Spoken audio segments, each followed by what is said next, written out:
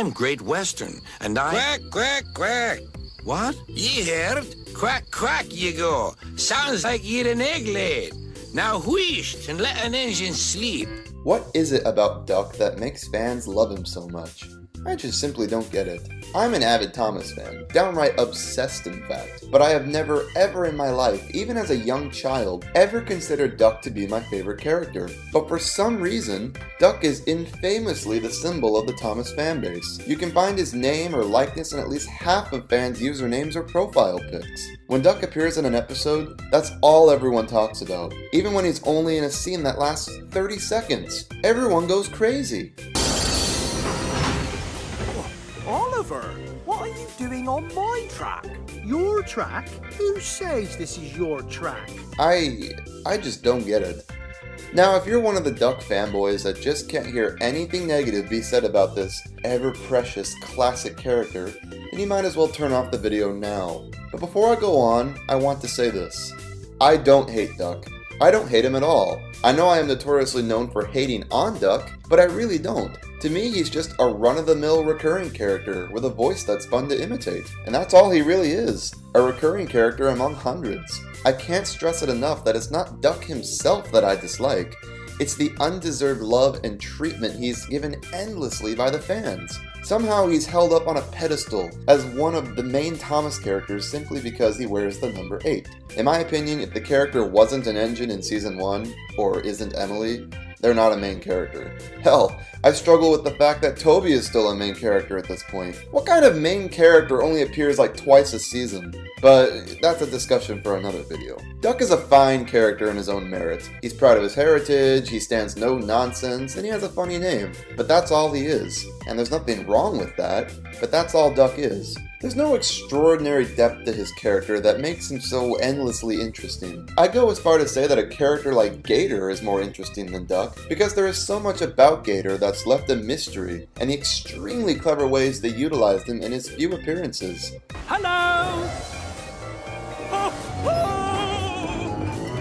Not again.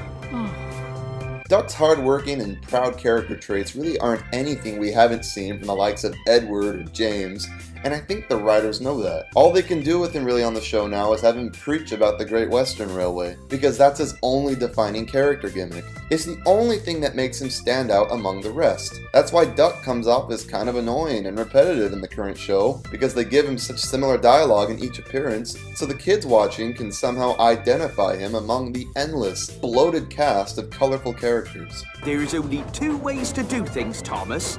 The Great Western Way and the wrong way. Oh dear. You'd never hear such a noise on the Great Western. There are 2 ways of doing things, Oliver. The Great Western Way and The wrong way. there really are only 2 ways of doing things. The wrong way or the Great Western Way. Kill me. Way back in the day when there were like 20 characters total, it worked fine. But nowadays, I just don't see a place for him. And I really think some fans are either blind to this, or they just choose to be. The problem with Duck is just the same as Boba Fett from the Star Wars movies. Boba Fett is such a minor character in the original films. He has like 5 lines total, but he somehow gained a cult following for some unexplained reason, and his ultra popularity has forced writers to shoehorn him in wherever they can, because fan service. Bosca.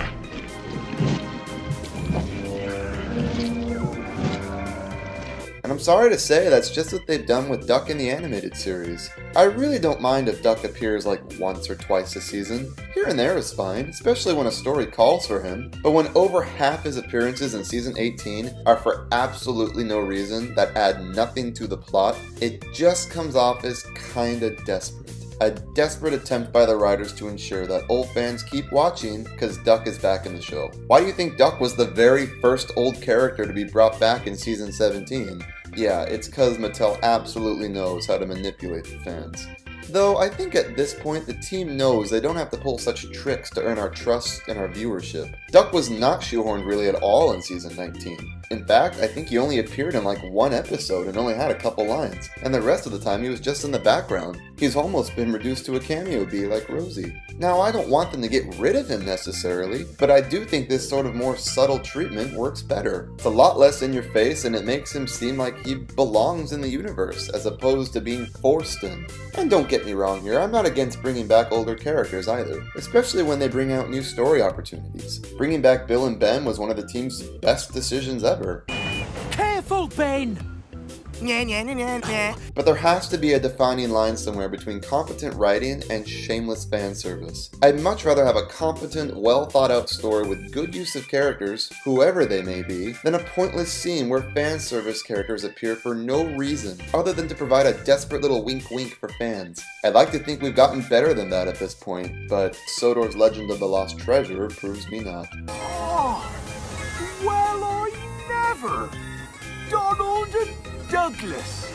Haven't seen you two around in a while. Yeah, this scene added a whole lot to the plot, alright. It makes it seem like they're setting up that Duck, Donald, and Douglas are going to have some sort of role in the film, and they just end up doing absolutely nothing at all. And for a good portion of the movie, these characters don't even appear. All this did was just mess with the pacing for me because it didn't add anything story-wise. You could try and say the same thing about Oliver and Toad's scene earlier, but that scene does have a purpose. It explains a plot detail that comes into play later. It's a screenwriting term called setup and payoff. Marion meeting Oliver sets up her plotline, and it pays off later when she concludes that Oliver the engine was somehow magically transformed into Oliver the excavator. There ain't no payoff like that for this scene in the slightest.